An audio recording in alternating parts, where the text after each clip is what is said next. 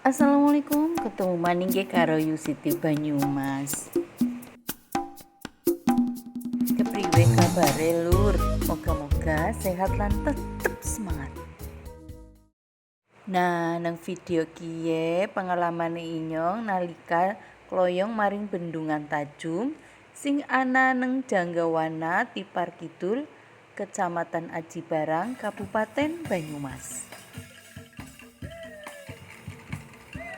Bendungan kiye klebu salah siji bendungan sing paling tua sing dibangun nang era Orde Baru. Kejaba sesawangane sing apik, bendungan kiye ngileni sedawane kurang luwih 5 km. Nah, kayak apa sesawangane? Mayu pada mirsani video Ninyong.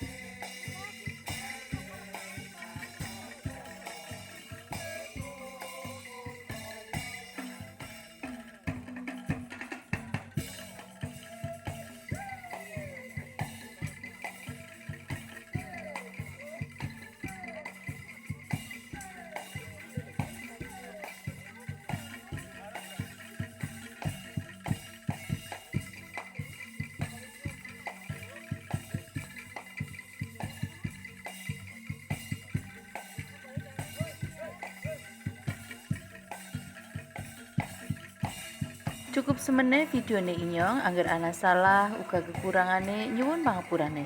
Wassalamualaikum warahmatullahi wabarakatuh. Kelilan.